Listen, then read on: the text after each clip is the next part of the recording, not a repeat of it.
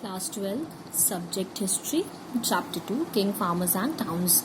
And today we are going to start from Administrating the Empire, which means today we are going to study about the administration of the empire. See, there were 5 major political centers in the empire. There were 5 major political centers in the empire, the capital Patliputra and the provincial centers of Takshila, Ujjaini, Toshili and Swarnagiri. All mentored in Ashok inscriptions. There were 5 political centers, okay? Patliputra and the provincial center Takshila, Ujjaini, Toshili or Swarnagiri, okay? These all are mentored where in Ashok inscriptions, which means from Ashok inscriptions we find about all this, okay? If we examine the content of these inscriptions, we find virtually the same message engraved everywhere. See, if we are going to examine the content of these inscriptions, means if we are going to examine this, what we find? We find the same message everywhere. Okay. From where to where? From the present day northwest frontier provinces of Pakistan to Andhra Pradesh.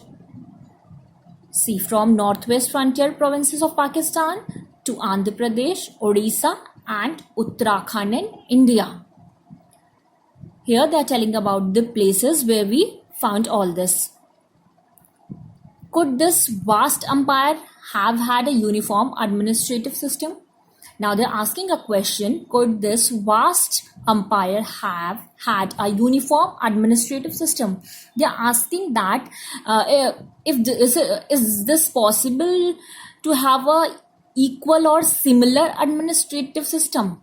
Means जो इनका administrative system था क्या वो equal हो सकता था या आप कह सकते हो सिमिलर हो सकता था? Historians have increasingly come to realize that this is unlikely, which means this is not possible. According to the historians, this is not possible to have a similar administrative system. Why? Because there were some reasons. See, the regions included within the empire were just too diverse. The regions, which means the places, the regions included the empire were just too diverse. They are very different, very vast and very different. Imagine the contrast between the hilly terrain of Afghanistan and the coast of Orissa. Here they are giving you 2 examples, the hilly terrain of Afghanistan and the coast of India. Both are very, very different and vast. So it is not possible. It is likely that administrative control was strongest in areas around the capital and the provincial centers. These centers were carefully chosen, both Takshila and Ujjaini being situated on important long-distance trade routes, while Swarnagiri, literally the Golden Mountain, was possibly important for tapping the gold mines of Karnataka. It is, see here we are now talking about the administrative control, which was very important in areas around the capital and the provincial centers. These centers were carefully chosen. इन्हें बहुत carefully choose किया जाता था. Both Takshila and Ujjaini being situated on important. Where Takshila and Ujjaini was situated? Long distance trade routes पे जहाँ पे trade होता था.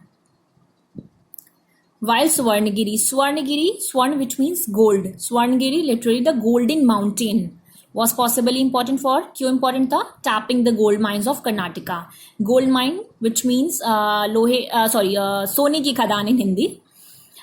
So Swarnagiri is famous for, important for what? Tapping the gold mines of Karnataka. Okay.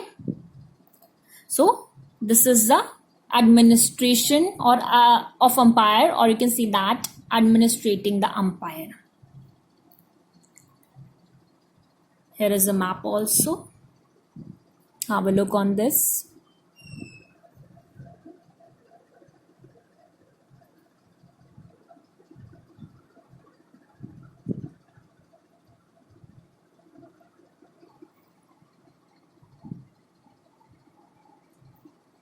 So that's all for today.